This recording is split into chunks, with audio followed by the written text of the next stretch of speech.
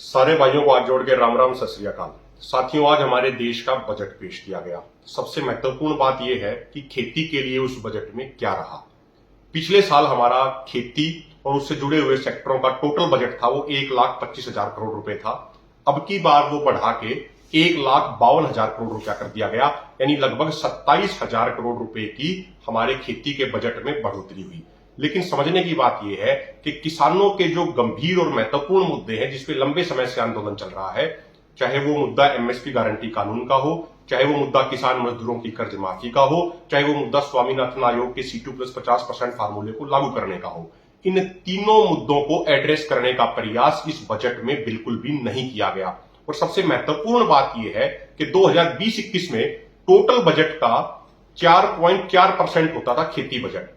पिछले साल वो 4.4% से घट के 2.56% आ गया था। अब की बार जो खेती का बजट है वो टोटल बजट का 3.15% है, यानी उसमें मामूली सी बढ़ोतरी देखी गई।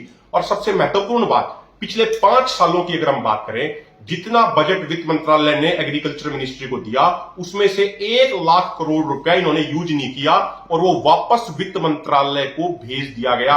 यानी जितना बजट इनको दिया गया कृषि मंत्रालय को, उसका भी ये प्रॉपर इस्तेमाल नहीं कर पाए।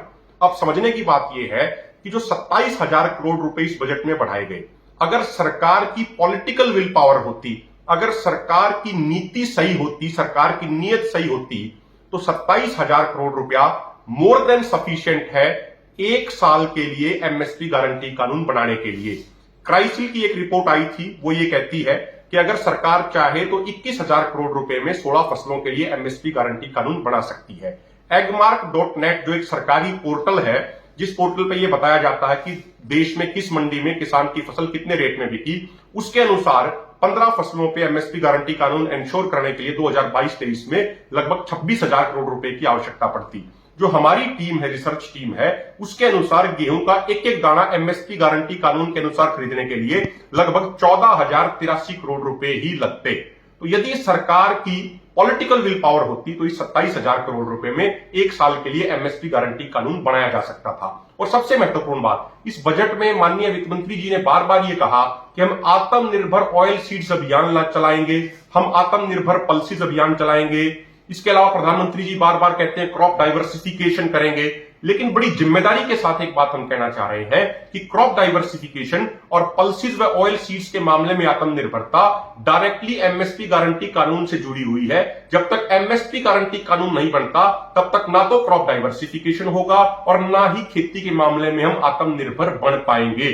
अगर इस साल की बात करें, 1,41,000 करोड़ के खाद्यान्न तेल बाहर से मंगवाए जा रहे हैं, 31,174 करोड़ की दाल बाहर से मंगवाई जा रही है, यानी 1,72,000 करोड़ की तो 2 मोटी मोटी फसलें बाहर से इंपोर्ट करी जा रही है।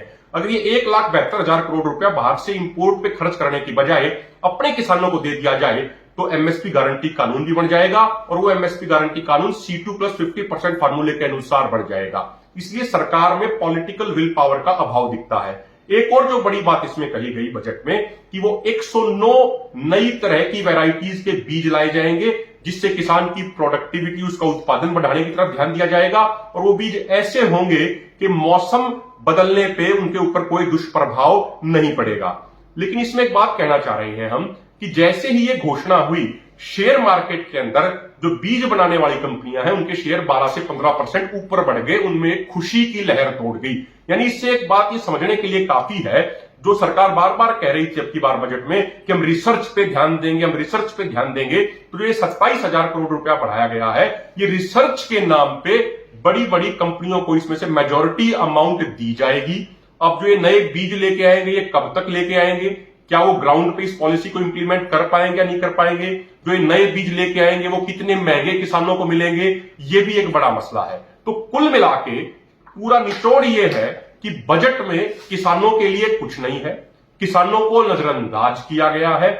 किसानों की कोई भी रियल मांग, चाहे एमएसपी गारंटी कानून हो, चाहे किसान मजदूरों की कर्ज मुक्ति हो, चाहे स्वामीनाथन आयोग के C2+50% को लागू करने की बात हो, उनमें से किसी भी मांग को एड्रेस करने का प्रयास नहीं किया गया। ये बेवजह की बातें कही गई कि लैंड का डिजिटल रिकॉर्ड बना देंगे, ये कर देंगे, वो कर देंगे। इसलिए किसानों के लिए इस बजट में कुछ नहीं है। 0/100 नंबर आप इसको मान सकते हैं। बहुत बहुत धन्यवाद।